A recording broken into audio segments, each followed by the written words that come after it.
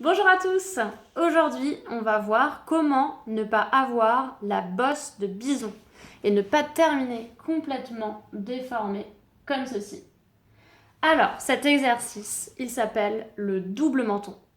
Pourquoi le double menton? Vous allez vite comprendre pourquoi. Alors, je vous montre cet exercice de profil, ça sera beaucoup plus parlant.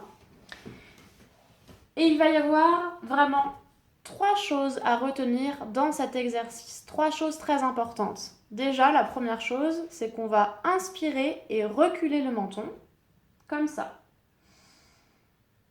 Et vous comprenez mieux pourquoi on l'appelle le double menton.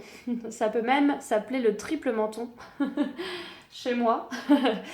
En tout cas, vous reculez le menton en inspirant, vraiment comme les rails d'un tiroir. La deuxième chose à penser, c'est de porter le sommet de son crâne vers le plafond. Toujours chercher à se grandir au maximum. La troisième chose à penser, c'est de porter l'arrière de son crâne, de pousser vers l'arrière. Ce qui donne ceci, démonstration. On inspire, on va vers le haut, on pousse vers l'arrière, on rentre le menton. Et on souffle, on relâche.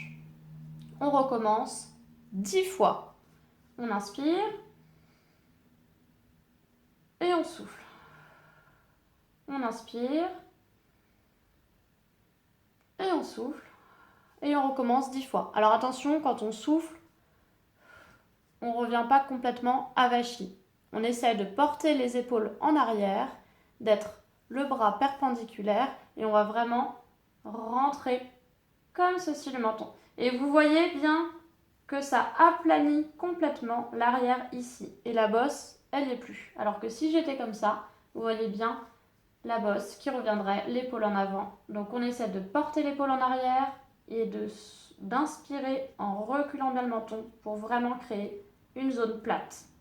Vous le faites 10 fois, vous allez sentir vraiment que ça va commencer un peu à chauffer, même que ça chauffe carrément. Et je vous laisse essayer donc cet exercice, vous m'en direz des nouvelles. Je vous laisse faire, je vous dis à très vite et surtout, prenez soin de vous.